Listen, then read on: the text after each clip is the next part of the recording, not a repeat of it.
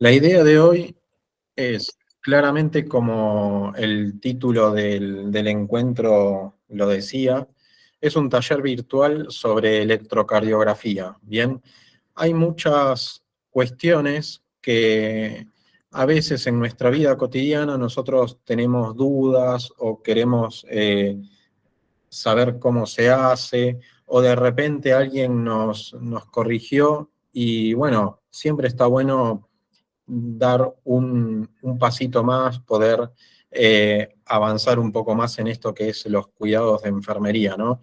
Hoy vamos a apuntar un poco a lo que es electrocardiografía, pero claramente que teniendo en cuenta estos 5 objetivos, ¿no? Reconocer la ubicación de los electrodos, ustedes me van a decir, ah, pero eso yo ya sé. Bueno, vamos a discutirlo un poquitito.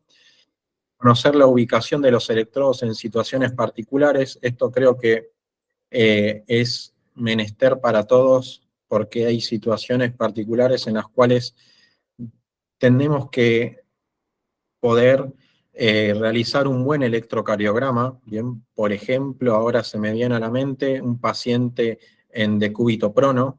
Bien, si bien ahora ya la cantidad de pacientes en decúbito prono disminuyó, pero vamos a repasar para la gente que todavía no lo sabe o que está aprendiendo, ¿no? Porque hay muchas personas que están formándose. Después reconocer un electrocardiograma, bien, básicamente cómo son las ondas, de qué nos habla, por qué determinadas ondas y qué nos quiere decir cada cambio, ¿no? Claramente nosotros tenemos que empezar reconociendo un ritmo sinusal, ¿bien? Es más, yo creo que cuando nosotros nos aprendemos las 5 preguntas del ritmo sinusal, todos los otros ritmos van cayendo más o menos por descarte, ¿no? Claramente que después hay ritmos o arritmias un poco más complejos, pero vamos a ir viendo que con estas 5 preguntas nosotros vamos a poder identificar lo que es básicamente un ritmo sinusal, o sea, un ritmo normal, y después algunos otros tipos de arritmias. Las más importantes, las más comunes, las de riesgo, ¿no? Y las de emergencia. Y claramente reconocer las arritmias más peligrosas. ¿M? Porque, a ver, son pocas, son 4, pero nos tenemos que recordar que como profesionales de salud tenemos que capacitarnos mínimo una vez al año, ¿no? Pensando, haciendo hincapié en lo que es el algoritmo de RCP básico y RCP avanzado sobre todo, ¿no? Y para eso nosotros tenemos que poder identificar qué tipo de ritmo es. ¿M? Así que ahí vamos. Todo comienza en el sistema de conducción eléctrico, el sistema nodal. Bien, cuando hablamos de arritmia, ritmo sinusal, nosotros vamos a pensar en el sistema de conducción eléctrica. Nosotros tenemos toda una red compleja, un sistema complejo en el cual, teniendo en cuenta las características del músculo cardíaco, ¿no? Contractibilidad, relajación, inotropismo, ¿no? Automatismo. En todas estas características van a intervenir el sistema de conducción eléctrica. El ritmo va a empezar en el nódulo sinusal, quien va a ser el que dirija la batuta, siempre y cuando hablemos de un ritmo normal, ¿no? Un ritmo sinusal, vamos a hablar nosotros. Por eso el nódulo sinusal es el que origina todo. Después esa descarga o esa despolarización se va a transmitir por los haces internodales, los cuales van a recorrer las aurículas, por lo tanto se va a producir una despolarización y contracción de las aurículas y va a llegar al nódulo auriculoventricular, que muy importante el nódulo auriculoventricular porque tiene que hacer una pausa, ¿no? Tiene que haber una pausa entre la contracción de las aurículas y los ventrículos, justamente para que cuando se contraigan las aurículas, el volumen de sangre que se mueve pase a los ventrículos y los ventrículos estén relajados y se puedan llenar, se puedan distender, ¿no? Y después ese impulso eléctrico va a pasar hacia el haz de His y después se va a distribuir por la red de Purkinje hacia el músculo de los ventrículos. ¿M? Así que muy importante este sistema de conducción eléctrica. es así como se ve en esta imagen, ¿bien? Y nosotros con el electrocardiograma vamos a intentar ver eso. Vamos a intentar ver cómo es esa actividad en el sistema de conducción eléctrica y también vamos a ver cómo es esa actividad en el músculo cardíaco y también vamos a poder ver cómo es esa irrigación de ese músculo cardíaco, ¿no? Y también si vemos esa actividad eléctrica, vamos a poder ver cómo es ese intercambio iónico, que al fin y al cabo va a ser el que se va a encargar de, ya sea de transmitir el impulso eléctrico, pero también de generar esa activación del sarcómero, ¿bien? De la fibra muscular para que se contraiga, para que disminuya su volumen, se contraiga y pueda así la cámara cardíaca hacer la sístole y eyección de un volumen, ¿bien?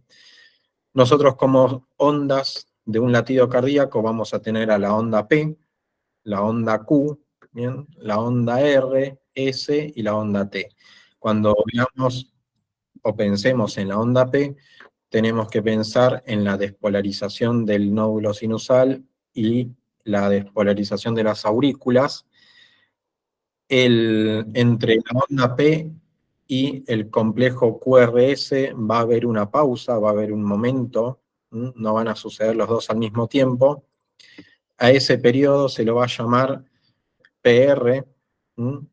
El PR tiene que durar un tiempo, como dijimos recién, tiene que haber una pausa entre la contracción de las aurículas y los ventrículos, así los ventrículos se llenan, y posteriormente se va a despolarizar los ventrículos, se van a contraer, van a hacer la sístole, se va a eyectar un volumen y luego se va a repolarizar, ¿bien? Que va a ser la onda T, la que nos va a graficar eso. Uno podría preguntarse, bueno, pero ¿cuándo se repolariza la aurícula? Bueno, cuando está sucediendo el complejo QRS, cuando se contraen los ventrículos, ahí es cuando se repolarizan las aurículas. Pero bueno, justamente suceden al mismo tiempo, así que no se ven. Entonces, acá tenemos el mismo dibujito con el sistema nodal, y acá ya claramente nosotros vamos a hacer un poco más de hincapié. Está una vista del corazón con el ultrasonido. Bien, acá podemos evidenciar las cámaras cardíacas, que son estos espacios anecogénicos, negros, ¿no? En otras palabras, podemos ver esta cavidad, esta cavidad que va a ser el ventrículo izquierdo. Podemos ver cómo es la estructura muscular, cómo son esas paredes, ¿bien? Podemos ver el tabique, las válvulas, en este caso sería la válvula mitral, en este caso del otro lado en mi corazón derecho, la válvula tricúspide, y por encima de las válvulas vamos a ver a las aurículas. Así que, tanto como con el electrocardiograma, con el ultrasonido vamos a poder ver la actividad de este corazón, ¿bien? Pero vamos a electrocardiografía. Entonces, habíamos dicho que las ondas que se grafican en un electrocardiograma son la P, el intervalo PR, ¿no? Que es esa pausa entre la despolarización auricular y la despolarización ventricular, el complejo QRS, que va a corresponder a la despolarización ventricular, el segmento ST y la onda T. Bien, muy raro, pero a veces también se puede ver una onda U, pero bueno, son situaciones particulares. Y este gráfico que vamos a tener en el papel milimetrado va a corresponder a una diferencia de potencial eléctrico que van a censar los electrodos del electrocardiógrafo en nuestra piel, ¿bien? ¿Y qué quiere decir esa despolarización? ¿Qué quiere decir esa diferencia de potencial eléctrico? Bueno, a ver, el sarcómero, las células, un impulso eléctrico se va a manejar en nuestro cuerpo en realidad por movimiento de iones. Los iones son moléculas que van a tener carga, ¿bien? O son átomos con carga, ¿bien? Por ejemplo, en este caso, en nuestro cuerpo vamos a tener como los más importantes el sodio, el potasio y el calcio, ¿bien? También va a estar el cloro. pero nosotros nos vamos a concentrar en sodio, potasio y calcio. ¿Bien? El potasio va a predominar en el espacio intracelular, el sodio va a predominar en el espacio extracelular y el calcio se va a encontrar almacenado dentro de la célula. Y esta diferencia de potencial eléctrico quiere decir que hay de un lado de la membrana celular determinada cantidad de iones y del otro lado de la membrana celular otra cantidad de iones. Entonces, entre los dos lados va a haber una diferencia de cantidad y de tipos de iones. Bien, yo les dije, adentro de la célula hay más potasio, afuera de la célula hay más sodio. En otras palabras, adentro de la célula es más electronegativo y afuera de la célula más electropositivo. Esta diferencia de potencial eléctrico va a traducirse, o sería, que va a haber un movimiento de iones. Cuando llega un impulso eléctrico, un estímulo, estos iones van a intercambiar de lugar, ¿bien? A través de la bomba sodio-potasio, por ejemplo, y el sodio que está en el extracelular va a ingresar, y el potasio que está en el intracelular va a salir al espacio extracelular. Eso va a generar en la pared en la membrana o en el espacio, entre el espacio extracelular e intracelular, una diferencia de potencial eléctrico. Va a cambiar la carga. Y esa diferencia de carga que se produce por el movimiento de iones lo va a censar el electrodo. ¿Bien? ¿Hasta ahí vamos bien? Y también el calcio va a participar en este movimiento de iones. El calcio que es positivo. El calcio, sobre todo, va a participar en el sarcómero para que se active el sarcómero y se acerquen las fibras de actina y de miosina. Y por lo tanto, esta activación que se va a dar por el calcio va a traducirse en un acortamiento de la fibra muscular y por lo tanto se va a traducir en una contracción de la masa muscular. Y si hablamos de la cavidad, se va a contraer, va a ser sístole. ¿Bien? Y eso va a hacer que se eyecte un volumen de sangre, por ejemplo, del ventrículo izquierdo hacia la aorta. Claramente que cada área que se va a ir despolarizando, ¿bien? Que va a tener este movimiento de iones, en conjunto, el nódulo sinusal, los haces internodales, el nódulo aurículo-ventricular, el haz de His, la red de Purkinje, todos esas componentes del sistema que se van a ir despolarizando, si sumamos todo ese sistema, nos va a dar como resultado la onda P, el intervalo PR, el complejo QRS, el segmento ST, ¿bien? Y la onda T, ¿bien? O sea, todo lo que sería la onda electrocardiográfica. Son una sumatoria de movimiento de iones, de despolarizaciones, ¿bien? Y eso lo va a censar el electrocardiógrafo y lo va a graficar en un papel milimetrado. Recordemos que el papel milimetrado implica que va a estar seccionado, dividido, cuadriculado en áreas de 1 milímetro por 1 milímetro. ¿Bien? ¿Qué quiere decir? Si nosotros dividimos el cuadradito, ¿bien? Las líneas verticales serían el eje Y y las líneas horizontales el eje X. Cada milímetro en el eje X o en la línea horizontal va a representar tiempo. ¿Bien? 0,04 segundos cada milímetro. ¿Bien? Y el cuadradito, ese milímetro, en el eje Y, o sea, ese milímetro vertical, va a representar voltaje, 0,1 milivolt.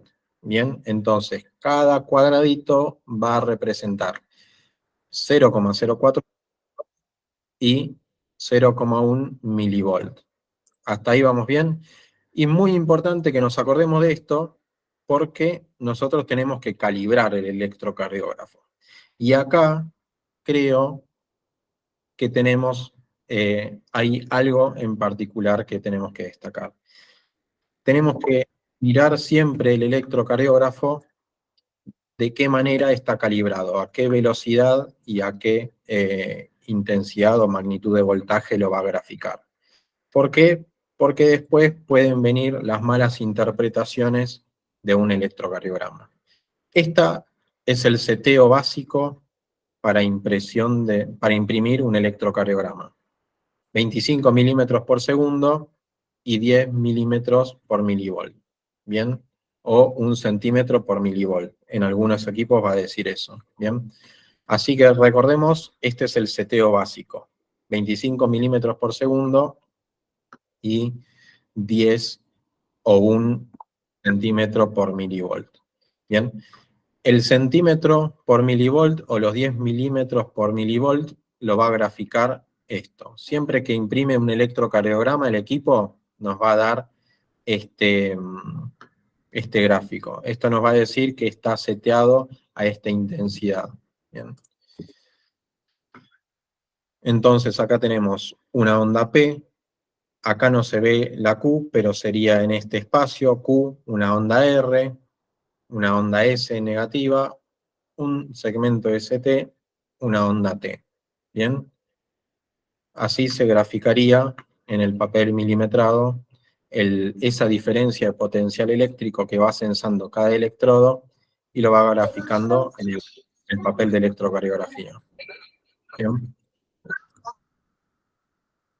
Si alguien quiere hacer una pregunta, levante la mano. Hay muchas manos levantadas. Antes de que siga, ¿alguien quiere hacer una pregunta? Norberto.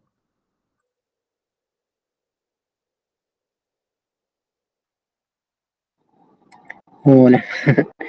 Eh, Profe, ¿cómo es eso de cuando entra el calcio? Si pudiera repetir eso, porque lo asocio con la medicación que son inhibidores de calcio y ya que lo nombró me cuesta entenderlo. Claro, bueno, es justamente, esto lo nombro porque hay trastornos electrocardiográficos que se van a dar por la presencia o ausencia de iones. Bien, el sodio va a estar afuera de la célula, el potasio va a estar adentro de la célula. O sea, para que salga el potasio tiene que haber poco potasio afuera. Bien, va a haber un poquito, pero tiene que haber mucho adentro. Y para que entre el sodio a la célula tiene que haber mucho afuera y un poquito adentro. Así dicho a grosso modo. Bien, ¿qué pasa? A veces hay trastornos electrocardiográficos, trastornos eh, patológicos en los cuales, por ejemplo, una hiponatremia, nosotros tenemos poco sodio en lo que es el tejido sanguíneo, ¿bien? En el extracelular. Y para que se haga una despolarización tiene que entrar sodio a la célula, pero si hay poco sodio afuera de la célula, quiere decir que se puede alterar esa despolarización. Sí, ajá. Lo mismo si hablamos de una hipercalemia, ¿no? O sea, potasio muy alto, un valor sérico de potasio muy alto. Pero recién dijimos que el potasio tiene que estar en mucha cantidad dentro de la célula. Y si tenemos mucha cantidad afuera de la célula, entonces el potasio que está dentro no va a salir, va a tardar en salir o le va a costar salir, ¿no? Entonces ahí ya empezamos a hablar de trastornos, ¿bien? Y se produce por la presencia en exceso o en poca cantidad de iones, lo mismo que el calcio.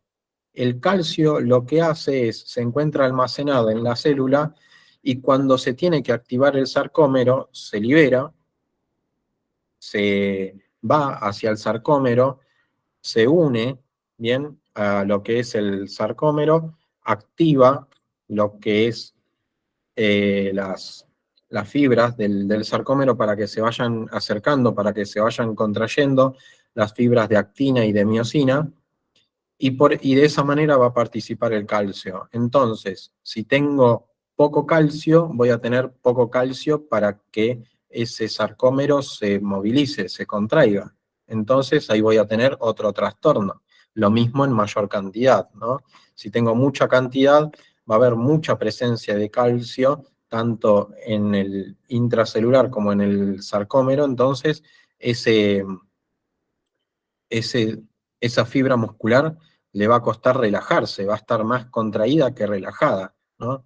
Entonces tenemos que empezar ya a ver cómo es este movimiento de iones, y todo esto nos los va a traducir el electrocardiograma. ¿Mm? Después lo vamos a ver un poquito más adelante. Se van a alterar, por ejemplo, en el potasio, vamos a tener las ondas T muy altas, o se van a ensanchar el QRS. Todas estas ondas que estamos viendo tienen una medida, ¿bien? Tienen que tener tanto una medida de tiempo como una medida de voltaje, de intensidad.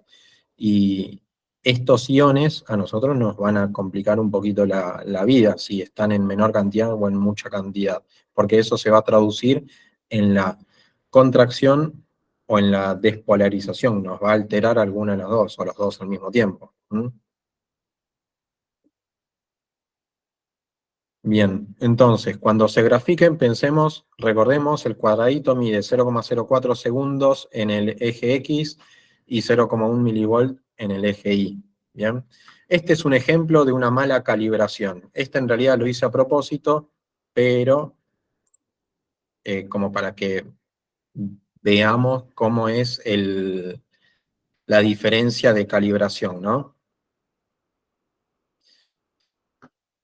Acá tenemos una impresión a 25 milímetros por segundo y 1 milivolt por centímetro. Este sería entonces un electrocardiograma bien calibrado. Pero si yo le cambio cómo se grafica el voltaje, que me grafique por centímetro 2 milivolt, ahí ya me cambia, ¿no? Se ve incluso las ondas mucho más positivas, más picudas. Pero cuando en realidad, nada, tenía otras características. Y lo mismo, si yo al voltaje lo seteo de otra manera, se me van a ver como ondas ya casi más aplanadas, ¿no? Entonces acá uno podría decir, tiene una hipertrofia ventricular, por ejemplo, ¿no? O acá, está teniendo tal otro problema. Entonces, muy importante el seteo.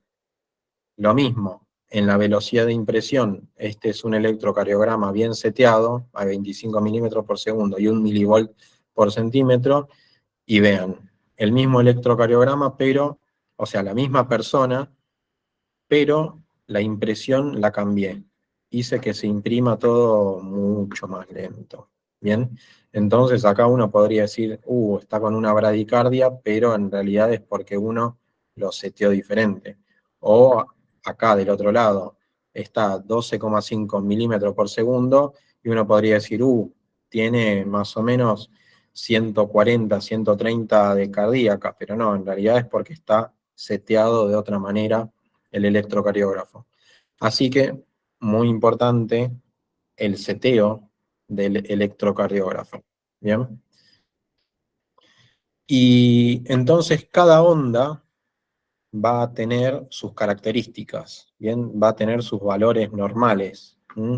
Una onda P tiene que medir menos de 0,25 milivolt de altura, ¿no? O durar menos de 0,12 segundos.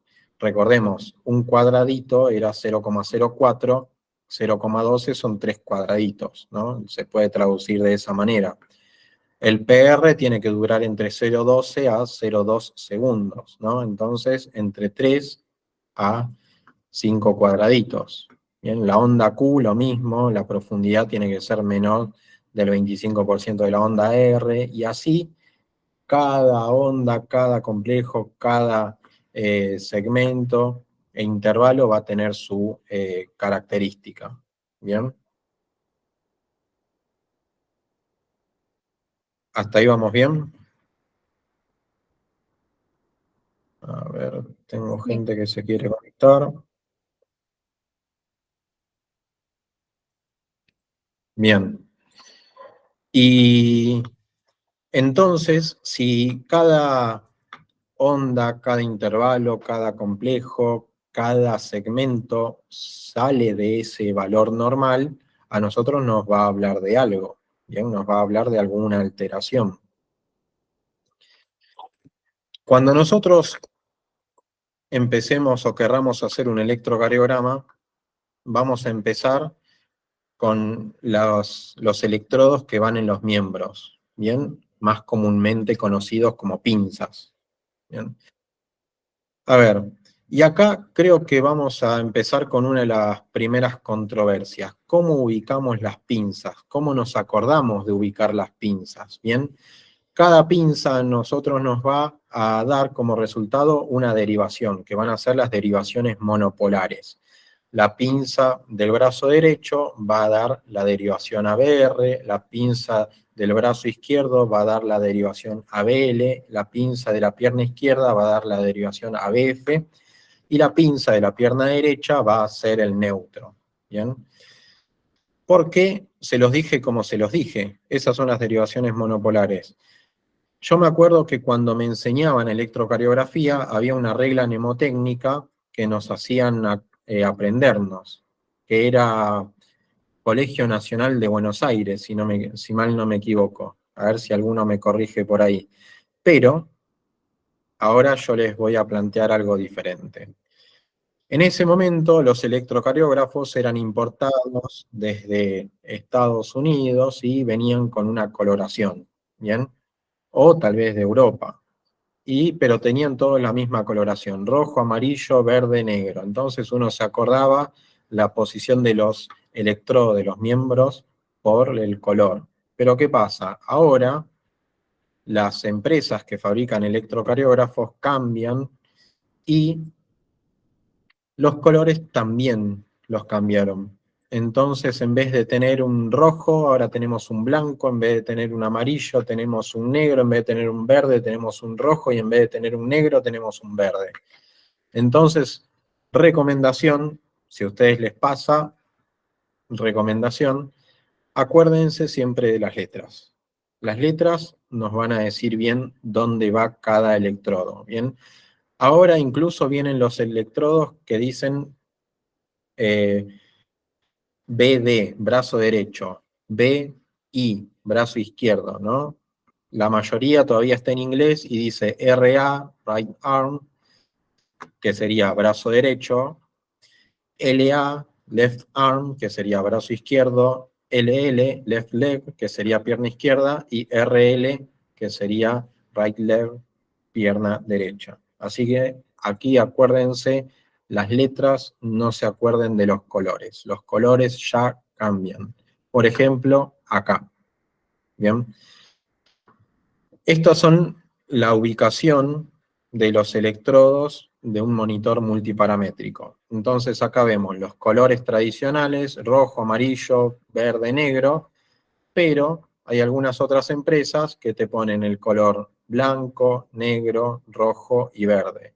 Si uno se guía por los colores, va a censar cualquier cosa y va a tirar derivaciones mal censadas. Así que fíjense bien las letras. Y ya que estamos con esta imagen, acá, por lo que fui aprendiendo, no sé, ustedes me dirán, acá tenemos un error en la imagen. Estas son las derivaciones que nosotros usaríamos cuando queremos monitorizar a una persona con un monitor multiparamétrico, claro está, ¿no? Y acá hay dos particularidades. Primero, cuando ubiquemos los electrodos, ubiquémoslo bien por encima del pectoral, los que son la de los miembros superiores, y las que son los de los miembros inferiores, cerca en el área de la de las fosas ilíacas. ¿Bien? ¿Por qué? Porque en el caso de que nosotros tengamos que reanimar a una persona, hacer una descarga eléctrica, las paletas irían ubicadas, una en este espacio, ¿bien? Y la otra en la parrilla costal, ¿bien? En el lateral de la parrilla costal, casi cerca del hipocondrio. Entonces tenemos que dejar esos espacios libres. Lo digo esto porque a veces ponemos los electrodos muy cerca o muy por encima de los pectorales, y cuando tenemos que usar las paletas, bien, el cardiodefibrilador, tenemos que mover los electrodos o posicionamos mal los electrodos del cardiodefibrilador, las paletas. Así que siempre recordemos de ponerlos bien por encima del pectoral y cerca de las fosas ilíacas. Y el error que yo les quería marcar, que tampoco es tan error, ¿no? Porque esta es la derivación B, ¿no? Las personas que están en un área cerrada la van a reconocer, y es la derivación que nosotros deberíamos poner en donde iría el electrodo B1, ¿no? Cuarto espacio intercostal, línea paraesternal derecha, justamente para poder monitorizar la actividad de las aurículas. Exacto, muy bien. Esa es una tercer cuestión que quería sacar. Los electrodos del monitor multiparamétrico, a ver quién lo dijo, Walter. No, los multiparamétricos van a censar la frecuencia respiratoria con estos electrodos. Si nosotros los dejamos muy cerca, sobre los pectorales, y la tercera derivación o LL lo ponemos también cerca en hipocondrio, nos va a censar muy mal la frecuencia respiratoria. Bien, qué buen detalle que nombraste, Walter. Y entonces tenemos que tenerlo por encima de los pectorales, cerca de fosas ilíacas. Así también, cuanto más alejados están estos electrodos, mejor va a ser el cálculo que puede hacer la máquina y por lo tanto nos puede graficar una onda mejor. Bien, así que ya tenemos dos motivos, perdón, por los cuales tenemos que ubicar los electrodos de esta manera. Y esta derivación B va a corresponder a B1, así podemos monitorizar las aurículas. ¿Bien? Después esta también las podemos mover si es que tenemos un monitor para imprimir, entonces esta derivación podría irse moviendo y con ella ir imprimiendo todas las derivaciones precordiales. Ahora lo vamos a ir viendo. Pero, nada, eso. Las derivaciones de los miembros, cuando hablamos de monitor multiparamétrico, lo más distales posible, lo más separados posibles, así sensa bien la respiración, así podemos hacer una desfibrilación o cardioversión sin problema, y el electrodo B lo ponemos mirando en B1, así observa la aurícula, a las aurículas. Bien. Y volvemos atrás, de las derivaciones monopolares, que eran los electrodos que van en los miembros. La máquina va a hacer cuentas, va a hacer algoritmos, y nos va a dar como resultado también las derivaciones bipolares. Bien, se va a formar el triángulo de Einthoven, y por lo tanto va a salir entre ABR y ABL la derivación D1. Entre la ABR y ABF la derivación D2. Y entre ABF y ABL la derivación D3. Bien, nosotros siempre vamos a tener preferencia por D2, los que hacen terapia o los que hacen emergencia ya lo saben, siempre nos piden un D2 largo, porque como mira el corazón desde abajo hacia arriba, hacia la izquierda, puede ver al impulso eléctrico cómo se genera en las aurículas y seguirlo en toda su trayectoria. Entonces nosotros decimos que es la derivación en la que mejor podemos ver ese impulso eléctrico. Aparte, con el dedo largo y esa buena vista que se tiene con esta derivación, podemos ver ritmos, si el ritmo es regular, irregular, ¿bien? Entonces, esas son las derivaciones monopolares y bipolares, que se hacen con los electrodos de los miembros. Y después tenemos las derivaciones precordiales, ¿bien? Que son las que van a ir por delante del tórax. Y nosotros vamos a tener 6 electrodos, bien, más comúnmente conocidos como chupetes. En algunos otros lugares se usan los electrodos con las pincitas, con los cocodrilos, pero vamos a tener comúnmente usamos los chupetes, ¿no? A lo sumo, si alguien usa algún electrodo inalámbrico, que lo ponga en el chat, porque sé que hay, generalmente lo usan en algunos lugares de alto rendimiento, pero nada, yo nunca lo vi. Tengo, sí, tuve los electrodos que no son tipo chupete, sino que son electrodos, pero así los que son inalámbricos no. Si hay alguno que lo usa, por favor comente. Bueno, las derivaciones precordiales van a corresponder entonces a B1, B2, B4, B3, B5 y B6.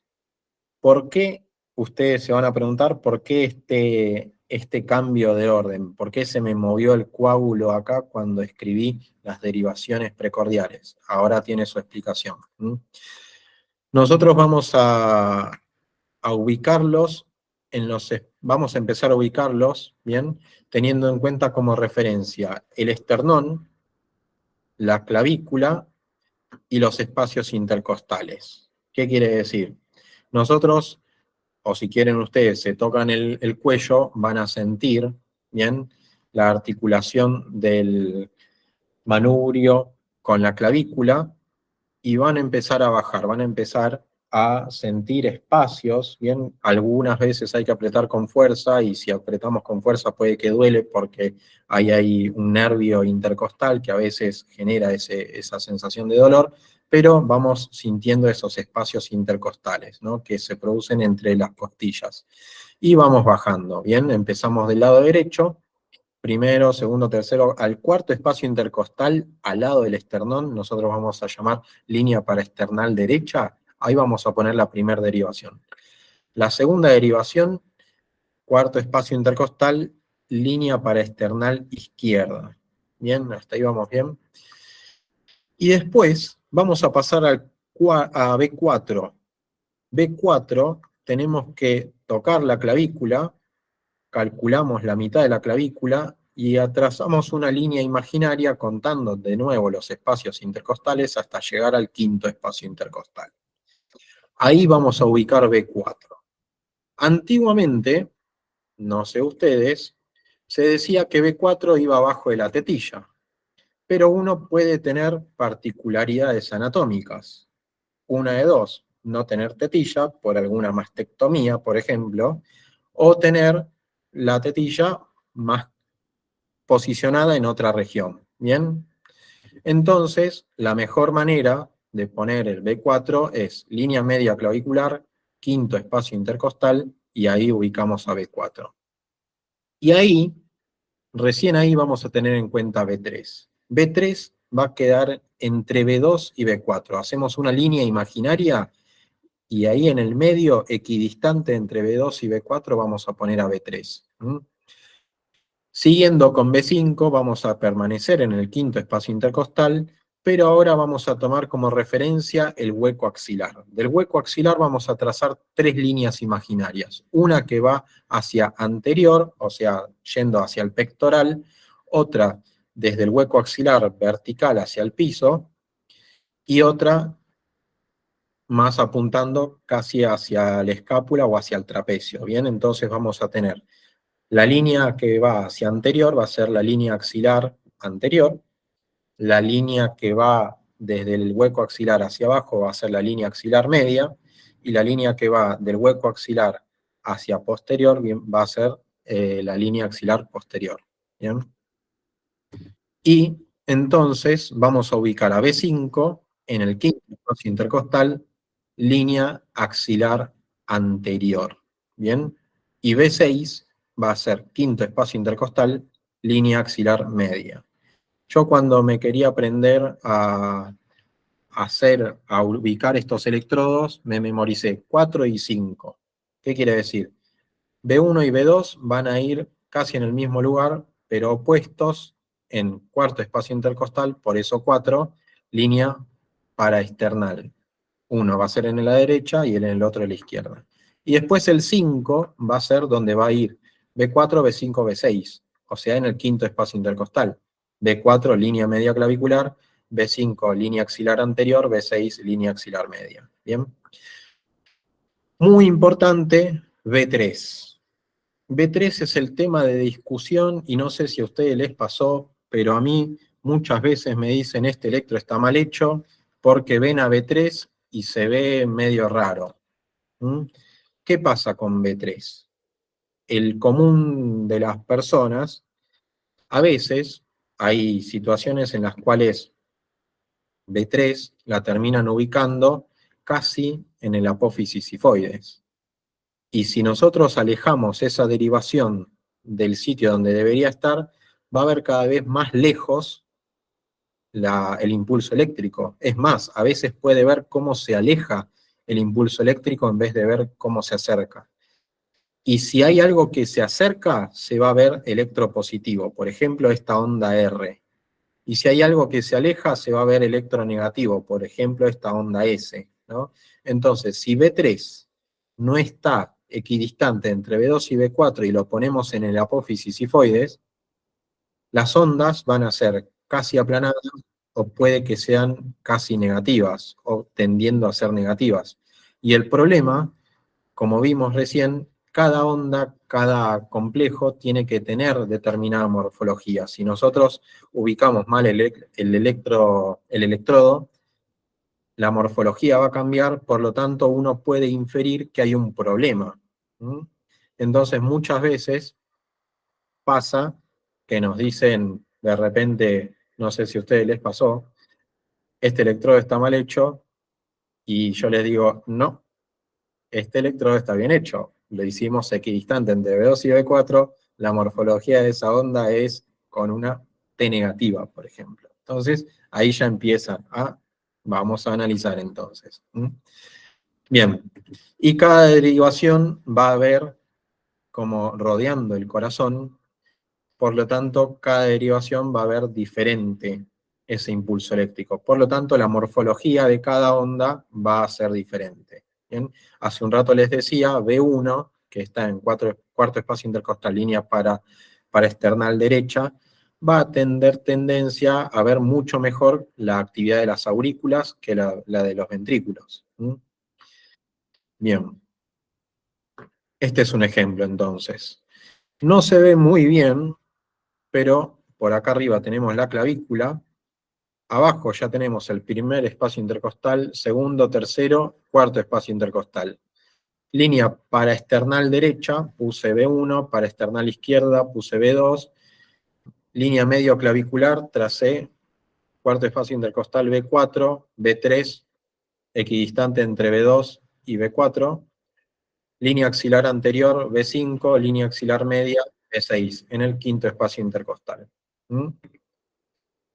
Bien, hasta ahí vamos bien. Otra particularidad de los electrodos, cuando pensemos en las pinzas, es que tenemos que ubicarlas, como acá en la foto, en superficies o espacios anatómicos que tengan masa muscular. Bien, si nosotros lo ponemos en la muñeca, va a sensar, sí, pero va a sensar con menor calidad. Entonces, nosotros tenemos que poner los electrodos de los miembros lo más distal posible, pero también cerca o sobre un espacio donde haya masa muscular. Bien, así puede sensar mejor. Y la distancia entre cada electrodo es diferente, es importante, porque cuando más distancia haya, mejor va a salirle la cuenta a la máquina y por lo tanto nos va a entregar una representación gráfica mejor de esa despolarización y repolarización. Bien, también cuando veamos el electrocardiograma, vamos a ver el eje cardíaco. ¿Qué es el eje cardíaco? El impulso eléctrico nace en el nódulo sinusal, y va a pasar por los haces internodales, nódulo aurículo-ventricular, haz de His, red de Purkinje, o sea, de aurícula derecha hacia los ventrículos. Y esa dirección va a estar dada también por la ubicación del corazón, cómo va a estar, ¿bien? Y también la preferencia que va a tener ese impulso eléctrico o por cómo va a viajar en ese sistema nodal. Recordemos, nuestro corazón no es que está vertical, paradito sobre el centro frénico, sino que está, primero que está acostado y segundo que está rotado hacia atrás. Entonces, el impulso eléctrico no es que va de arriba hacia abajo estrictamente, sino que va de arriba hacia abajo, o sea, de aurícula a ventrículo, pero también va de aurícula de derecha hacia izquierda, porque está acostado, ¿no? Y va de adelante hacia atrás, porque por delante van a quedar las cavidades derechas, aurícula y ventrículo derecho, y por detrás va a quedar la aurícula izquierda y el ventrículo izquierdo. Entonces el impulso eléctrico habitualmente va a viajar de arriba hacia abajo, de derecha hacia izquierda y de adelante hacia atrás. Y el sentido de la dirección de ese impulso eléctrico, de esa despolarización, se lo llama eje. ¿Mm? El eje se puede calcular, ¿bien? Y si nos da fuera de rango, o sea, el impulso eléctrico, en vez de irse de derecha hacia izquierda, de arriba hacia abajo, de adelante hacia atrás, que va a ser el valor normal entre menos 30 a más 90 grados, nos da hacia la izquierda o hacia la derecha, ahí hay que estudiar un poquito, a ver por qué está ese impulso eléctrico viajando o teniendo preferencia hacia un lado del corazón, hacia un eje, decimos, y no hacia el otro. ¿Mm? Puede ser por una hipertrofia, puede ser porque hay tejido cicatrizal, entonces no está funcionando bien una masa muscular. Pueden ser muchas cosas. El eje, hay tres maneras de calcularlo. La más fácil, hay aplicaciones en internet que nos van a ayudar a calcular el eje cardíaco, pero también vamos a poder calcularlo así estimando con la onda R, mirando en D1 y ABF, ¿bien? O un poquito más rápido y un poquito más exacto, viendo el QRS si es positivo, ¿bien? O negativo, o nosotros vamos a buscar el complejo QRS más isobifásico, ¿bien? ¿Qué quiere decir? Que la onda R y la onda S tengan más o menos la misma intensidad, ¿bien? Entonces, hay tres maneras de calcularlo, y eso nos va a hablar de cómo va a viajar ese impulso eléctrico y hacia dónde va a tener, entre comillas, ¿no? Como preferencia para viajar. Lo mejor o lo normal va a ser en que quede entre menos 30 a 90 grados, ¿bien? O sea, de derecha hacia izquierda, de adelante hacia atrás y de arriba hacia abajo.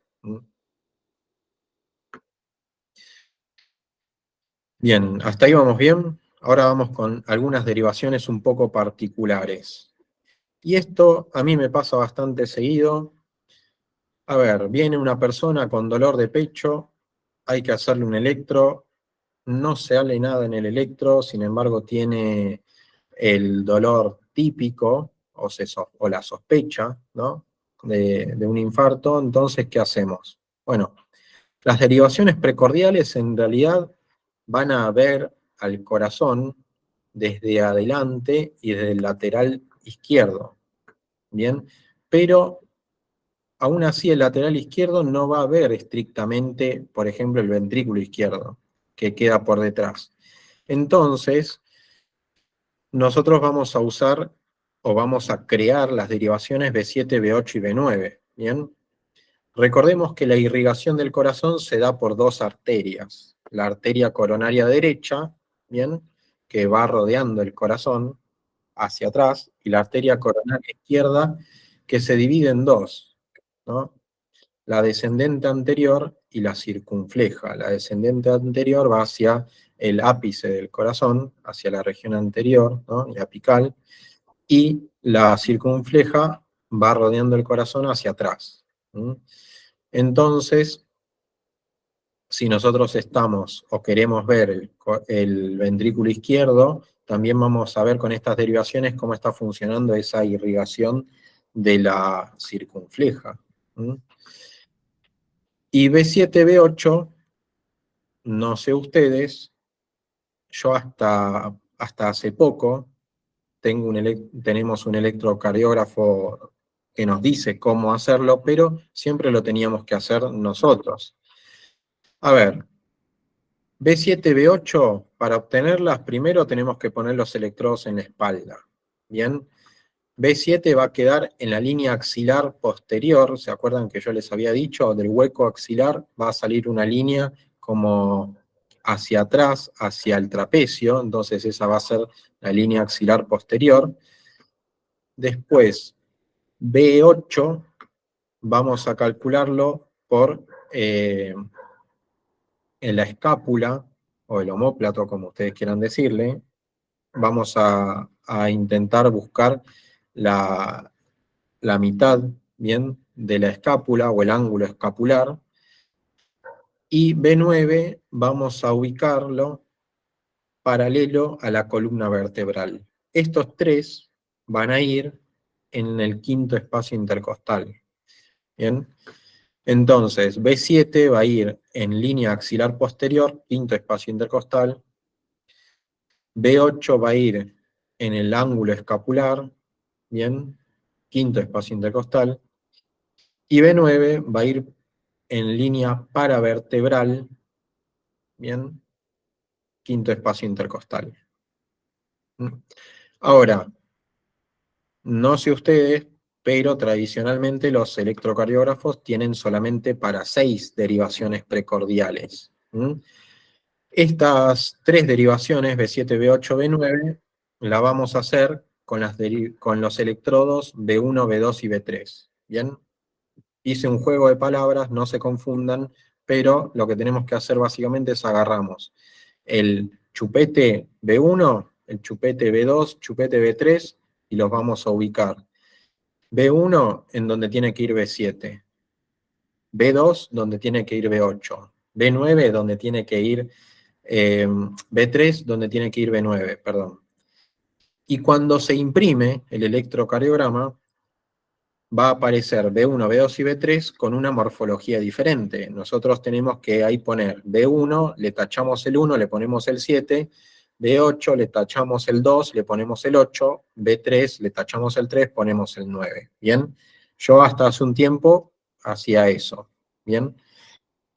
Pero ahora hay muchos electrocardiógrafos que ya tienen esa modalidad incluida, entonces te dice qué electrodos mover. ¿Bien?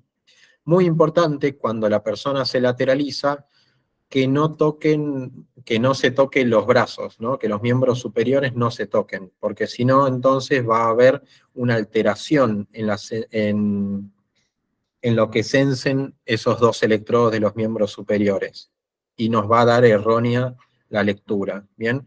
Yo generalmente lo que hago, en la foto no lo hice, claramente ustedes me dirían seguridad 0, pero le levanto la baranda o le digo que el brazo izquierdo lo flexione por sobre la cabeza, ¿bien? No se tienen que tocar los dos brazos, porque si se tocan los dos brazos, la diferencia de carga que va a censar el electrodo en la piel se va a alterar, entonces nos va a dar mal el electrocardiograma. ¿Hasta ahí vamos bien?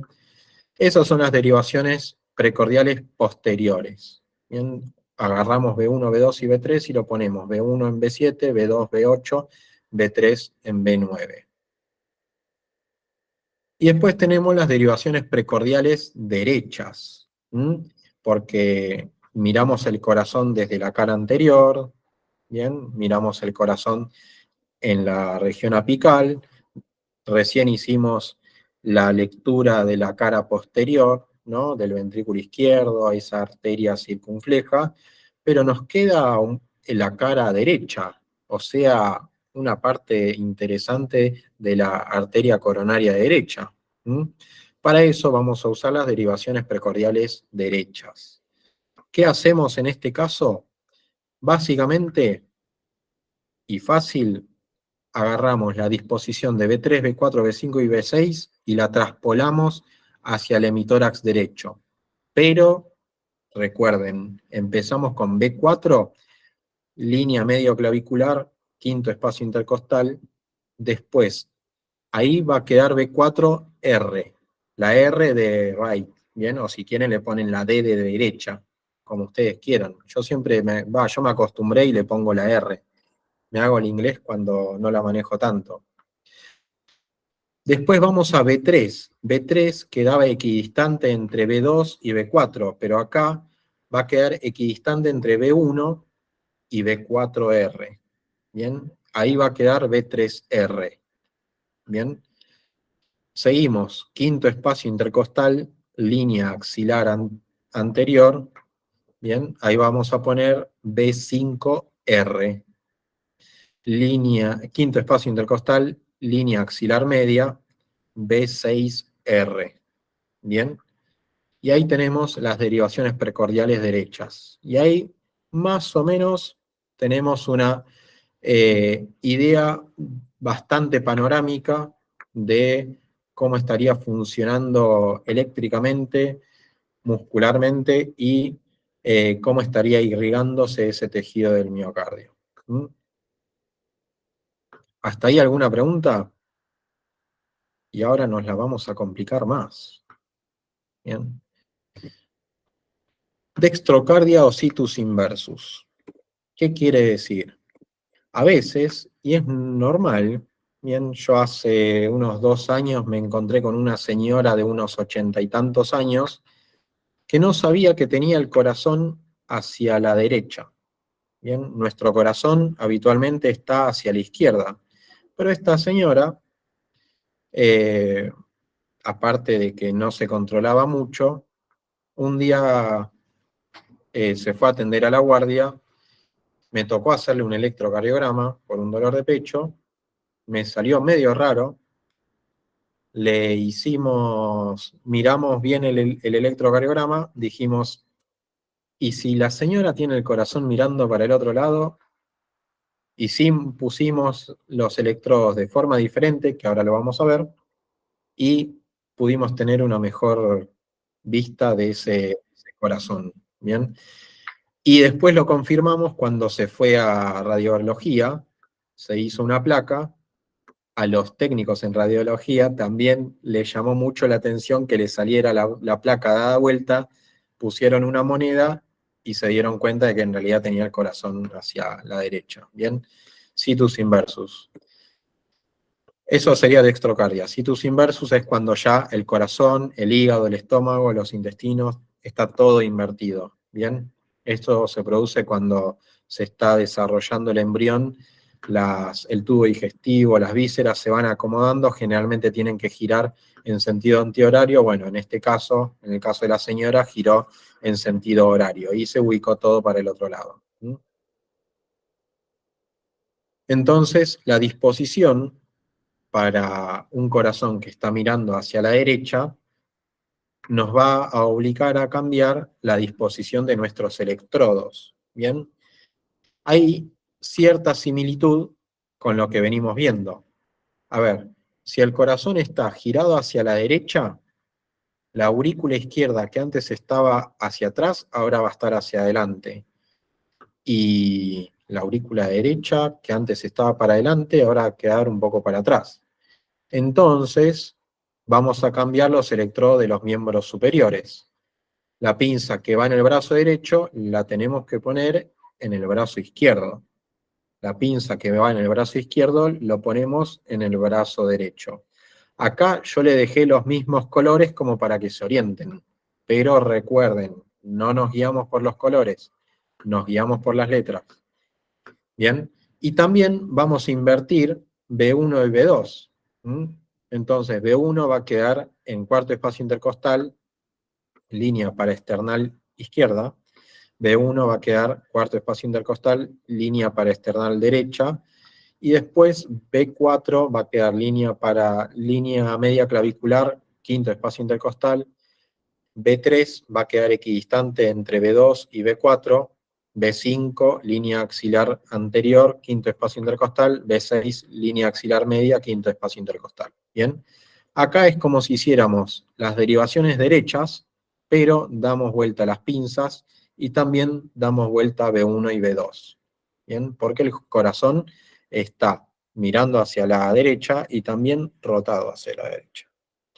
Bien, hay algunas personas, no sé ustedes, no estoy pudiendo ver bien el chat, que también invierten las pinzas de los miembros inferiores. Bien, entonces también la pinza de la pierna izquierda la ponen en la pierna derecha y la de la pierna derecha en la pierna izquierda. Honestamente, hay muchos que lo hacen.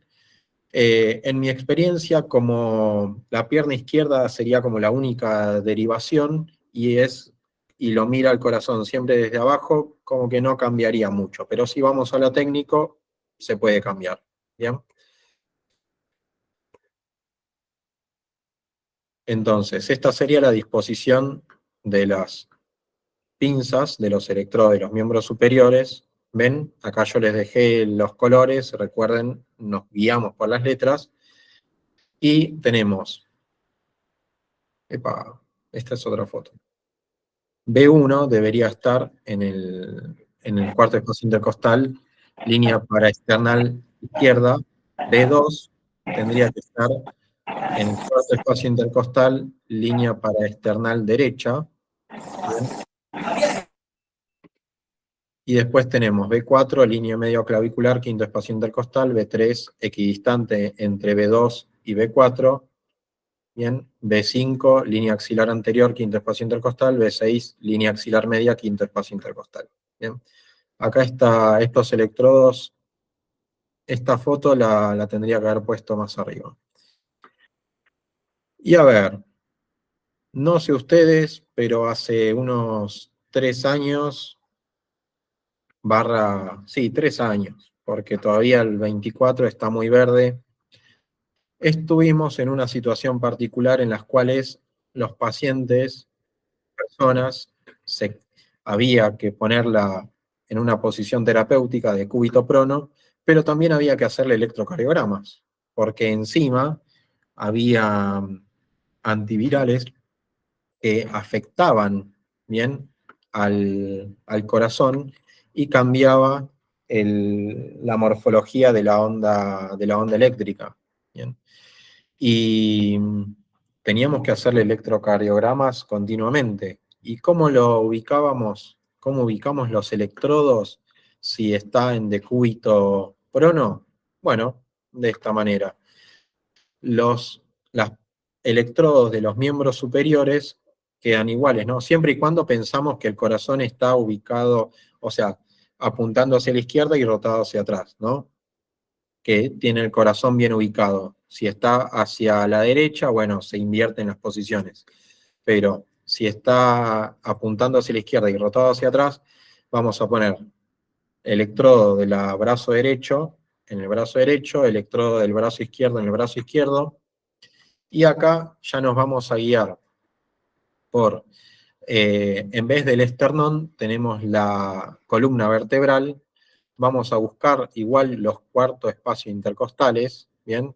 Cuarto espacio intercostal, línea paravertebral derecha, ahí ponemos B1, cuarto espacio intercostal, línea paravertebral izquierda, ponemos B2, ángulo escapular, ponemos B4, ¿no? La mitad de la escápula calculamos, ahí vamos a B4, B3 lo ponemos equidistante, línea axilar posterior, quinto espacio intercostal, ponemos B5, línea axilar media, quinto espacio intercostal, ponemos B6. ¿Bien?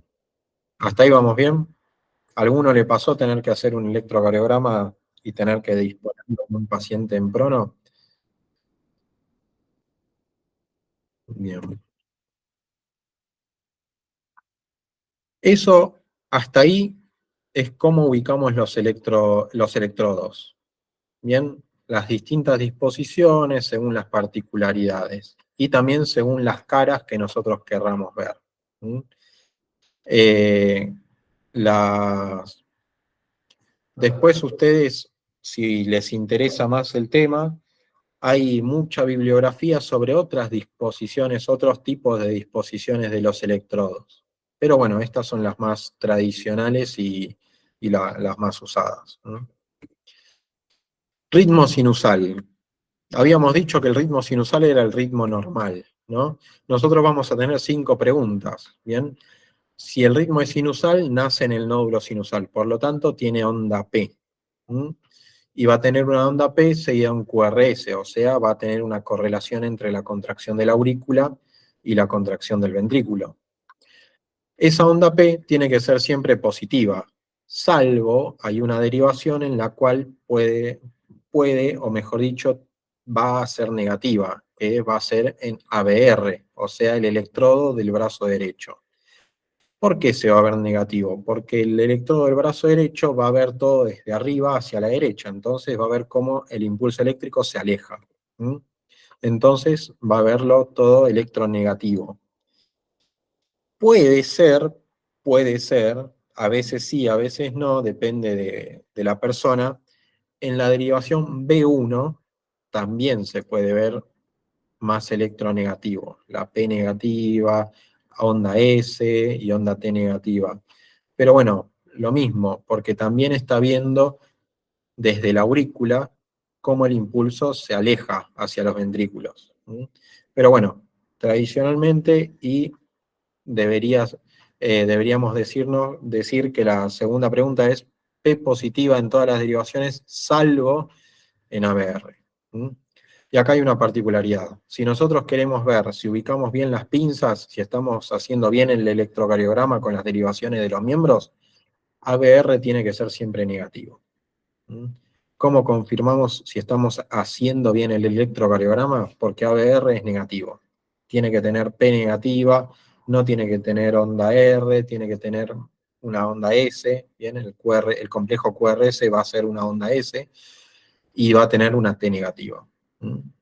La tercera pregunta es si tiene intervalos PR constantes y menores de 0,20 segundos y mayores le agregamos acá a 0,12 segundos, ¿no? O sea, tiene que haber una pausa entre la contracción de la aurícula y la contracción del ventrículo. Los intervalos entre R y R tienen que ser regulares, ¿no? O sea, si hablamos de un ritmo sinusal, estamos hablando de un ritmo regular y claramente con una frecuencia entre 60 y 100, porque esa es la frecuencia del nódulo sinusal. Si la frecuencia es diferente y la morfología es diferente, sobre todo si tiende a la bradicardia, podríamos, analizando bien el electrocardiograma, ver si en realidad el que está generando ese impulso eléctrico es el nódulo auriculoventricular o el haz de His, o ya en última instancia, el corazón se está esforzando mucho, la red de Purkinje. ¿Bien? Pero si hablamos del ritmo sinusal, el que inicia todo, el que dirige la batuta es el nódulo sinusal. Entonces, P tiene que ser positiva, tiene que ser regular, ¿bien? Porque el nódulo sinusal es regular, con una frecuencia entre 60 y 100, y el nódulo auriculoventricular tiene que mantener una disociación entre aurícula y ventrículo. ¿Mm? ¿Cómo calculamos la frecuencia cardíaca en un electrocardiograma? Bueno, hay tres formas. Uno, imprimiendo una tira durante un minuto, eso implicaría casi usar un árbol entero, ¿bien? De papel, así que no es nada práctico. La segunda, que es un poco más inexacto, calculamos 30 cuadraditos grandes alineados así en horizontal, o sea, 1, 2, 3, 4, 5, 6, y así hasta 30. 30 cuadraditos van a representar 6 segundos, contamos cuántas ondas R hay en esos 30 cuadraditos y lo multiplicamos por 10. Eso nos va a dar un estimado de un estimado, ¿no? Resalto esa palabra, de cuál es la frecuencia cardíaca. Y hay una que es un poco más rápido, pero es mucho más inexacta, que es asignándole a cada línea gruesa un valor. Entonces nosotros buscamos, por ejemplo, una onda R que esté sobre una línea gruesa y calculamos. A la siguiente línea gruesa le asignamos un valor, 300. A la siguiente línea gruesa le asignamos otro valor, 150. A la siguiente, 100. A la siguiente, 75. A la siguiente, 60. Después, 50. Después se puede asignar otro valor, pero la realidad es que después de los 60, ya la exactitud es variable. ¿Bien? ¿Qué nos importa a nosotros? Saber si está entre 60 y 100. ¿Bien? Si está entre 60 y 100 es regular, mejor dicho, si el ritmo es regular y nos da que entre R y R queda entre 60 y 100, entonces podríamos inferir que tiene una frecuencia aproximadamente, ¿no?, del valor que hayamos calculado. Por ejemplo, en este, que si bien es digital, está bien, tiene una linda forma, es bien regular, podríamos calcular. Onda R, línea gruesa, 300, 150, 100, 75, ¿no? Acá empezó un poquitito después de la línea gruesa, acá terminó un poquitito después de la línea gruesa. Si todo el espacio entre onda y RR es regular, podríamos inferir que tiene una frecuencia de 75 latidos por minuto. Es más rápido, pero es más inexacto. Ojo, ¿eh? ¿Bien? Y acá ya empezamos a tener ejemplos. Bien, acá yo ya les puse la trampa, es un ritmo sinusal. Vamos a ver, tiene onda P seguida de QRS, onda P seguida de QRS, ¿no? P seguido de QRS. Acá se ve una onda P chiquitita, pero seguida de un QRS muy aplanada, se ve una muesquita casi nada, P seguida de QRS. Entonces la primera pregunta, bien. La segunda pregunta, P positiva en todas las derivaciones salvo en ABR. D1 positivo, D2 positivo, D3 positivo, ABR negativo.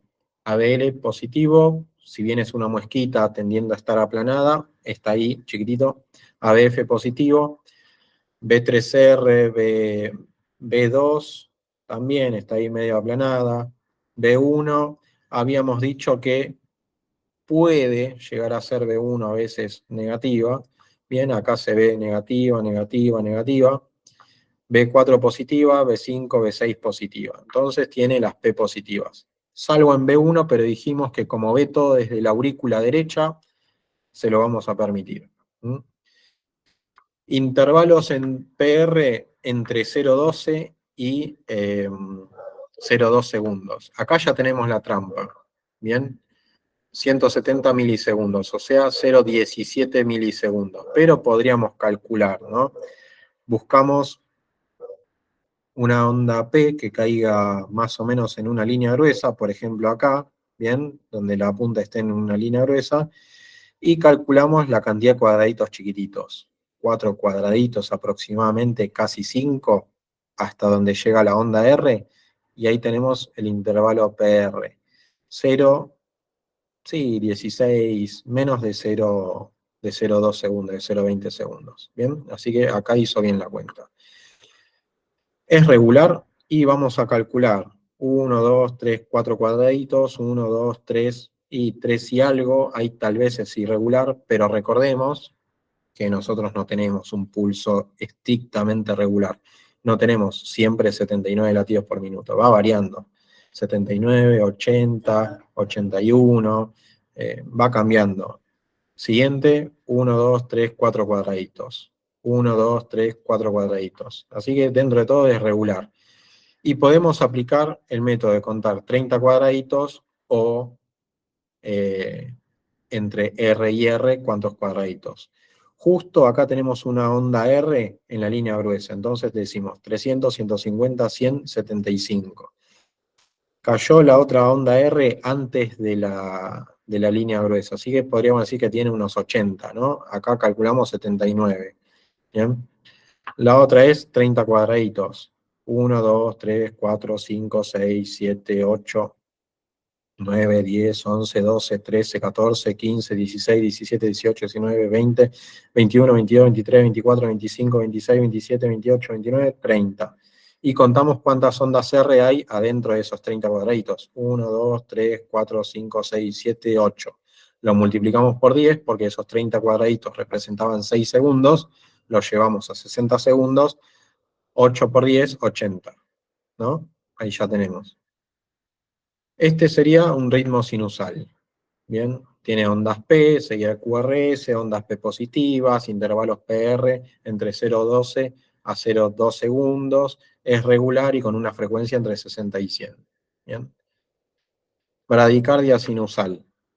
¿Qué quiere decir? Que tiene las características del ritmo sinusal, pero la frecuencia es inferior a 60, o sea, va a tener P positivas que vemos, B1, D1, D2, D3, ABF, ABL, en ABR es negativa, B1 negativa, pero dijimos que B desde la aurícula derecha, B2, B3, B4, B5, B6 positiva. Es regular, ¿bien? Pero la frecuencia es menor a 60. Bueno, vamos a calcular. Justo acá tenemos una que queda en la línea gruesa. 300, 150, 100, 75, 60, 50 y un poco menos de 50. Yo les digo que después de los 60 es un poco inexacto ese método, pero por lo menos sabemos que es menos de 60. Bradicardia sinusal quedó menos de 50, así que 49 le calculó la máquina. ¿Mm? Taquicardia sinusal, o sea, una frecuencia mayor de 100, ¿no? Con características de ritmo sinusal. P positivas, vamos a ver, D1, D2, D3, ABR negativo, ABL, ABF positivo, B1, B2, B3, B4, B5, B6, todo positivo. Bien, un intervalo PR, acá ya tenemos la trampa, 142 milisegundos o 0,14 segundos, pero si vemos que es regular, pero si calculamos la frecuencia, busquemos una onda R acá justo en la línea gruesa, 300, 150 y 100 cae después de la onda R, o sea, más de 100 tiene. Puede ser entre 150 y 100, puede ser un 120, ¿no? Está más cerca del 100, podría ser un 120, ¿no? Acá la máquina calculó 112 latidos por minuto. Eso es una taquicardia sinusal. Bien. Y acá vemos cómo ya la morfología empieza a cambiar. La onda T está mucho más cerca de la onda P. ¿Mm? ¿Cuál es el problema de las taquiarritmias? Cuando llegan a un valor en el cual no permiten que los ventrículos se llenen, o sea, se contraen, se relajan, pero ya están contrayéndose de nuevo. ¿Mm? Ahora ya lo vamos a ver. Acá tenemos otra taquicardia sinusal, puede ser por fiebre, puede ser porque está corriendo, ¿bien? Tenemos onda P, pero ven cómo está muy junta la onda T y la onda P. ¿Mm? Tenemos T positivas, salvo en ABR, en B1 incluso todavía es positiva. Tenemos, es regular, tenemos P seguido de QRS, un intervalo PR dentro de todo conservado, tenemos 140 milisegundos o 0,14 segundos, ¿bien? Incluso así se lo ve bastante conservado, tenemos la onda R en la línea gruesa, contamos para atrás unos 3, 4 cuadraditos hacia la onda P, está bastante conservado. A eso lo vamos a llamar taquicardia sinusal también. Pero, acá ya empezamos a ver algunos otros ritmos un poquito más particulares y que en algunas situaciones nos ponen en alguna situación hemodinámica o de riesgo de alteración hemodinámica. Taquicardia paroxística supraventricular. ¿Qué quiere decir? Tenemos una taquicardia paroxística, quiere decir que apareció de la nada, ¿bien? Puede ser que la persona esté acostada y empezó con palpitaciones, puede ser que la persona estaba caminando, empezó con palpitaciones, ¿bien? Supraventricular quiere decir que el origen de la taquicardia es por encima de los ventrículos, ¿bien? Entonces, esta arritmia, porque ya los ritmos que no tienen la característica del ritmo sinusal se lo van a llamar arritmias. Esta arritmia va a tener una frecuencia entre 150 a 250 y hay que ver lo que yo les decía hace un momento. Tenemos un corazón que está latiendo muy rápido. Si late muy rápido no va a permitir que el ventrículo izquierdo se llene completamente. Si no le da tiempo a llenarse, cuando se contraiga no va a tener suficiente volumen para movilizar, ¿no? Suficiente volumen sistólico. Y si no tiene suficiente volumen sistólico, va a disminuir el gasto sistólico, por más que tenga una frecuencia de 157. ¿Bien? Entonces, hay que tratarla si ya está sintomática, ¿bien? O sea, tiene alguna inestabilidad hemodinámica. Eh, Depende de la inestabilidad hemodinámica, se hace una cardioversión eléctrica sincronizada, si está inestable, o si está estable se usa otra medicación, por ejemplo, adenosina, ¿bien? Antes de la adenosina se prueban las maniobras vagales. Las maniobras vagales van a buscar estimular al nervio vago, ¿bien? Estimulando vagoreceptores, y el nervio vago va a liberar acetilcolina, que lo que va a hacer es estimular el sistema parasimpático y de esa manera hacer que el corazón, estimular al corazón a que baje la frecuencia cardíaca. ¿Mm? Así que una taquicardia paroxística supraventricular hay que evaluar con los signos vitales y la sintomatología si está hemodinámicamente inestable o estable. Si está estable, maniobras vagales o fármacos. Si está inestable, cardioversión eléctrica sincronizada. Bien, yo me acuerdo de esta persona, era una chica, unos 30 y tantos años, estaba estable, pudo revertir con adenosina. 6 miligramos la primera dosis, 12 miligramos la segunda dosis en bolo. Recuerden mucho la forma de administrar la adenosina, hay que poner la vía lo más proximal al hombro posible, hay que levantar el brazo, tiene que pasarse la medicación en bolo rápido y después, seguido de esa medicación, 20 mililitros de solución fisiológica. La persona va a sentir un calor que la realidad es que como que se hace una pausa el corazón como para resetearse. Bien, es eso lo que va a sentir la persona. Así que mucho, mucho atento a los cuidados de enfermería cuando administramos adenosina. Bien, pero también ven que este ritmo es regular. Bien, 150 latidos por minuto, un ritmo regular. Esta chica estaba hemodinámicamente estable, pero a veces el ritmo puede ser irregular. Bien, acá tenemos una fibrilación auricular de alta respuesta. ¿Qué quiere decir? La fibrilación auricular son muchos focos en las aurículas que están generando despolarizaciones. Muchos.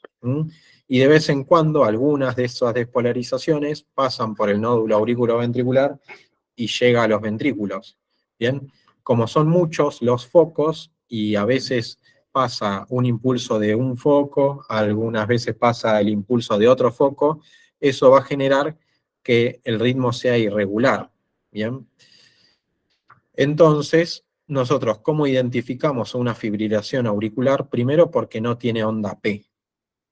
Si nosotros vemos en algunos electrocardiogramas un poquito más viejos, este que yo puse, la máquina te elimina las interferencias, entonces también te elimina esa onda serrucho de la fibrilación auricular. Pero en un electrocardiógrafo mucho más viejo se va a ver como una pequeña onda así, un trazado isoeléctrico medio serrucho, y las despolarizaciones ventriculares, los QRS, van a ser irregulares. Por ejemplo, acá tenemos más de 3 cuadraditos entre onda R y R, y acá tenemos 2 cuadraditos. Acá podríamos decir 300, 150 de cardíaca, pero después tenemos 300, 150, 100 menos. Entonces, ahí tenemos un ritmo muy irregular, ¿bien? Típico de la fibrilación auricular. Ritmo irregular, no tiene onda P. Y es de alta respuesta porque supera los 100 latidos por minuto. Y acá lo mismo, si estamos hablando de una taquiarritmia, tenemos que ver el estado hemodinámico, si está estable o inestable. ¿Bien? Si está estable, bueno, se procede con fármacos. Si está inestable, se procede con una cardioversión eléctrica sincronizada. Más difícil acá, pero bueno. Entonces, cuando nosotros vemos un ritmo cardíaco, nosotros primero tenemos que identificar el ritmo sinusal, ¿bien? Con las 5 preguntas. Si no es un ritmo sinusal, va a ser una arritmia, ¿bien? Ya puede ser una taquiarritmia, bradiarritmia o alguna alteración en el trazado electrocardiográfico. Ahora ya vamos a ver. Lo que nos interesa de las arritmias es si están estables o inestables. Nos interesan las inestables también, porque eso nos puede poner en una situación de urgencia, ¿no? Como una FA de alta respuesta, o un bloqueo de rama, por ejemplo, o una taquicardia, una extrasístole ventricular, o una hemodinámicamente inestable como emergencia, que puede ser uno de los ritmos que vamos a ver ahora, como por ejemplo una fibrilación ventricular, ¿no? Y eso se nos va a traducir en una parada cardiorrespiratoria, ¿bien? O tal vez una alteración en la irrigación, que nosotros lo vamos a ver en el trazado electrocardiográfico, y eso nos traiga una falla de bomba. Entonces, el electrocardiograma a nosotros nos va a hablar del sistema de conducción eléctrica, de cómo se contrae el músculo cardíaco, de cómo se irriga ese músculo cardíaco. Bien, acá tenemos una fibrilación auricular. Yo les dije, la fibrilación auricular tiene la característica de que no tiene onda P. Si ustedes buscan acá una onda P, no vamos a encontrar. Es más, en D1 y ABL se ve como esa onda así errática, esa onda serrucho, pero no hay onda P. Hay QRS y onda T. Y va a ser irregular. Entonces, fibrilación auricular, acuérdense, no tiene onda P y es irregular. ¿Bien? Esta es una fibrilación auricular. Esta es otra fibrilación auricular. ¿Bien? La diferencia entre ambas es que esta va a ser estable, tiene 72 latidos por minuto aproximadamente, recordemos que esto es irregular. En cambio esta tiene 180 latidos por minuto. Esta nos va a poner en una situación un poco más de inestabilidad hemodinámica. Recordemos, tenemos que dejar que el ventrículo izquierdo se llene para que cuando haga la sístole pueda eyectar un volumen, el cual va a participar en el gasto cardíaco. ¿Bien? En otras palabras, si no hay gasto cardíaco, si hay poco gasto cardíaco, no nos va a llegar agua al tanque, no nos llega ni oxígeno ni nutrientes al cerebro. Y después hay otras arritmias, ¿bien? La fibrilación auricular es como una muy común de una arritmia auricular, ¿no? En las aurículas se pueden suceder otros tipos de arritmias, tipo el flutter auricular, ¿bien? Un poco ectópico también, que ahora tiene otro nombre, pero no se me movió el coágulo. Las arritmias pueden ser auriculares, del nódulo auriculoventricular o ventriculares. Si nosotros nos ponemos a pensar, las más peligrosas son las ventriculares, porque son las que van a afectar al ventrículo izquierdo, por lo tanto van a afectar al gasto cardíaco. Entonces, ejemplo de arritmia auricular, tenemos la fibrilación auricular, es recontra común. Ejemplo de arritmia del nódulo auriculoventricular es el bloqueo auriculoventricular. No lo puse, este es el bloqueo de rama. Recordemos que en los ventrículos, después del nódulo auriculoventricular, se va a pasar al haz de His con sus dos ramas. Las dos ramas a veces puede que no transmitan bien el impulso eléctrico. Entonces, se van a suceder estas situaciones de bloqueos, ¿bien? O hemibloqueos también van a escuchar. Y bueno, este es un ejemplo, un bloqueo de rama derecha. ¿Cómo lo identificamos? Vemos en las derivaciones precordiales, en B1 y B2, vemos R y R'. ¿Qué quiere decir? Vamos a ver en el complejo QRS una onda R y después otra onda R. A esa segunda le vamos a llamar R'. ¿Bien? Y en espejo o en contraposición vamos a ver en B6, B5, B4 las ondas S y S'. ¿Bien? Si hablamos de rama derecha, vamos a ver las derivaciones que miran más cerca de la derecha, B1, B2, B3. Si hablamos de un bloqueo de rama izquierda, vamos a tener a las R y R' en B6, B5, B4, ¿bien? En este caso B6, B5, y las S y S', o una S un poco más prominente en B1, B2, B3, ¿no? Este es un ejemplo de una arritmia ya ventricular, del haz de His, en realidad, de las ramas del haz de His. ¿Mm? Y a ver, ¿quién no tuvo alguna vez una palpitación? Bien, una extrasístole ventricular. Las extrasístoles ventricular, dentro de todo, son bastante comunes. ¿Mm? Todos de vez en cuando tenemos alguna extrasístole. El problema radica cuando esas extrasístoles son tantas y tan seguidas que no dejan que el ventrículo se llene, se contraen previamente y por lo tanto esa contracción ventricular va a ser inefectiva. En otras palabras, dicho a grosso modo, acá yo tengo una contracción efectiva y voy a tener un periodo del tiempo en el cual va a haber una contracción, pero no se va a movilizar tanto volumen como para generar un gasto cardíaco y a veces como para generar, como para que le lleguen nutrientes al cerebro. Entonces a veces, por ejemplo, dentro de todo, son dos extrasístoles aisladas, pero miren acá tenemos contracción efectiva, extrasístole, contracción efectiva, extrasístole, contracción efectiva extrasístole. A este ritmo es una extrasístole ventricular tipo bigeminia. ¿Bien? Acá tenemos la máquina sensó una frecuencia de 72 latidos por minuto, pero si nos ponemos a pensar, cada extrasístole no es efectiva. Y si no es efectiva, en realidad las contracciones que sí van a movilizar un volumen de sangre son estas chiquititas. Y si nosotros nos ponemos a contar, podríamos decir 300, 150, 100, 75, 60, 50. Las contracciones que sí son efectivas están cerca de las 30 a 20 latidos por minuto. Entonces esta persona tal vez va a estar somnolienta o habrá tenido algún síncope o va a estar inconsciente, ¿bien? Porque no va a haber muy buen gasto cardíaco con este ritmo, con esta bigeminia.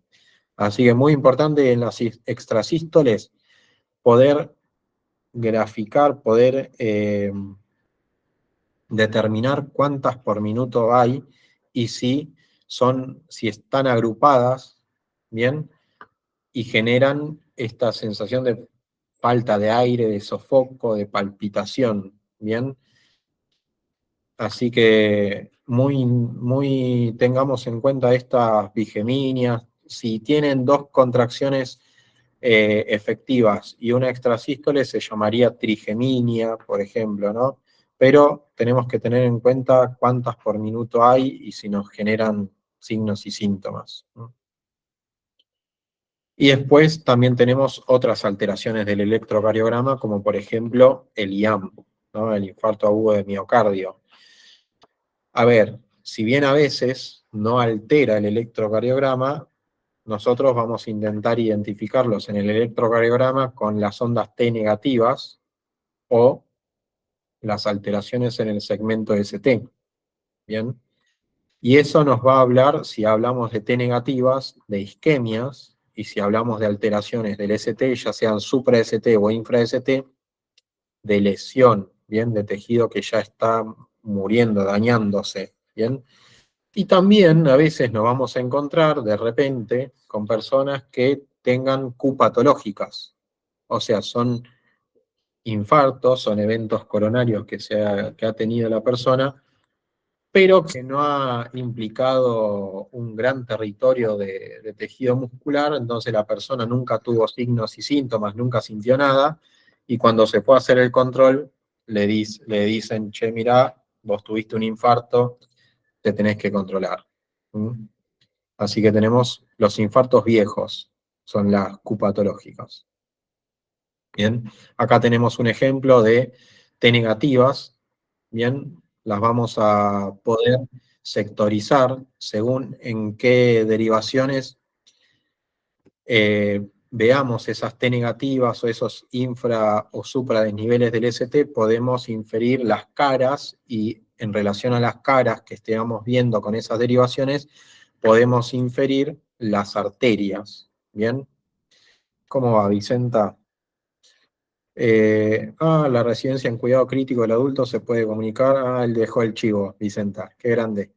Bien, Hospital Alejandro Korn. Saludos para allá.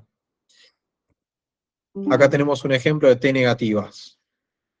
Acá tenemos un ejemplo de alteración del segmento del ST. Tenemos infradesnivel del ST, ¿no? Tenemos en B6 un poco, B5, B4, B3. Acá B2 no se ve muy bien, pero por lo menos ya tenemos 4 derivaciones que son con infradesnivel del ST. Y si nos vamos a las bipolares, tenemos que D3 tiene T negativas o media aplanadas.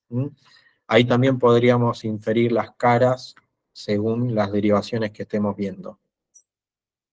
Acá tenemos otro ejemplo un poco más de librito, de cómo es el infra y el supra de nivel del ST.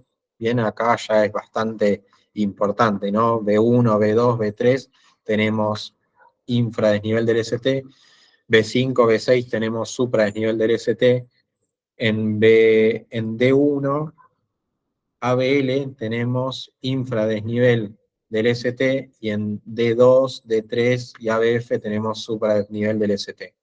Acá tenemos todas las derivaciones afectadas. Este corazoncito está sufriendo en casi toda su proporción. Y ahora vamos a ver, claramente que tenemos que, cuando veamos un electrocardiograma, ver el ritmo sinusal, tenemos que ver cómo disponemos los electrodos, tenemos que en relación a las 5 preguntas del ritmo sinusal, podemos diferenciar si es un ritmo, si es un ritmo sinusal o una arritmia, y recuerden que de las arritmias, teniendo en cuenta los signos vitales y los signos y síntomas, nosotros intentamos identificar cuáles son los hemodinámicamente inestables. ¿Bien? Acá hay 4 ritmos que nos van a poner en una situación inestable, pero son para cardioversión. Acá hay que diferenciar entre cardioversión y desfibrilación. Nosotros cuando vemos el cardiodesfibrilador, lo primero que pensamos es desfibrilador, pero no.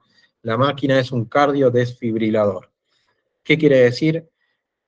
Claramente, como en las películas, se hace la desfibrilación, ¿no? Se descarga una determinada carga de electricidad, pero también con algunas arritmias inestables, ¿bien? O sea, tienen pulso, tal vez débil, tienen TA, ¿bien? Se pueden solucionar esa situación de inestabilidad también haciendo una descarga eléctrica, pero con la particularidad, y esto tengan muy en cuenta, con la particularidad de que la cardioversión siempre tiene que ser sincronizada. Sincronizada quiere decir al mismo tiempo que ¿quién? Que la onda R, o sea, la contracción ventricular, o sea, la despolarización de los ventrículos. ¿Bien? ¿Qué va a pasar? Nosotros tenemos una persona hipotensa, muy hipotensa, con una arritmia, ya sea una taquicardia supraventricular como una TPS, taquicardia paroxística supraventricular, que está hipotenso, ¿bien? Tenemos un flutter auricular también, de alta respuesta. Podemos tener una fibrilación auricular de alta respuesta, como los 180 que les mostré recién, o una taquicardia ventricular con pulso. Entonces hay que cardiovertir.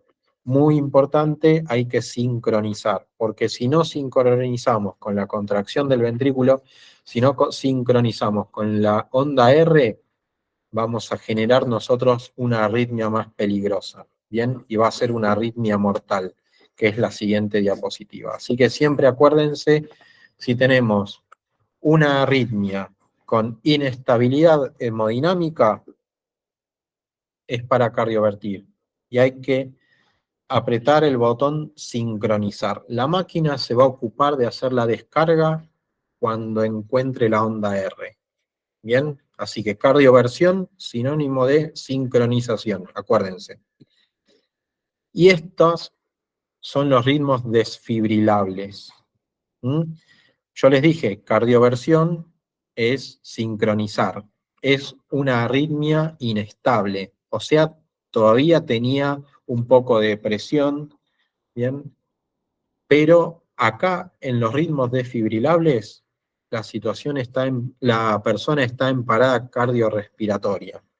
Directamente el corazón tiene un ritmo que no permite movilizar o generar gasto cardíaco directamente. ¿Bien? Está en paro cardiorrespiratorio. Y los ritmos desfibrilables requieren el antídoto para un ritmo desfibrilable, o la cura, es una descarga eléctrica, lo más oportuna posible. O sea, hay una persona que está internada, ustedes le ven una taquicardia ventricular sin pulso, el anterior era con pulso, esta no tiene pulso, o una fibrilación ventricular, este ritmo hay que desfibrilarlo lo antes posible. Hasta que llega el cardiodefibrilador, se hacen maniobras de RCP y apenas llega el cardiodesfibrilador, hay que hacer una descarga. La solución a estos ritmos es una descarga. ¿Bien? La taquicardia ventricular sin pulso se va a caracterizar porque son como montañas anchas. Los complejos QRS son anchos, ¿bien? Va a tener una frecuencia entre 300, 250, ¿bien? Pero recuerden, no va a tener pulso. Y si no tiene pulso, no tiene gasto cardíaco, ¿bien? Entonces es para desfibrilar. Una fibrilación ventricular, bien, son muchos focos en los ventrículos que están intentando generar una descarga, pero eso hace que los ventrículos, sobre todo el ventrículo izquierdo, no logre una contracción efectiva. Y por lo tanto, no hay gasto cardíaco, por lo tanto, parada cardiorrespiratoria. A veces se dice que la fibrilación ventricular es como una bolsa de gusanos. No sé, para los que les gusta ir a pescar, es como juntar todas las lombrices en una bolsa y se mueve así el corazón. ¿Bien? ¿Hasta ahí vamos bien? Ya casi estamos terminando. Y a ver, acá terminamos con lo que es electrocardiografía. Recuerden, entonces, ritmo sinusal con las 5 preguntas. Tenemos que prestar atención según lo que nosotros querramos ver, o sea, las caras del corazón que querramos ver, cómo ubicamos esos electrodos. Pero también tenemos que tener en cuenta las situaciones particulares, ¿bien? Ya sea una dextrocardia, que es el corazón hacia la derecha, ya sea una posición prono, ¿bien?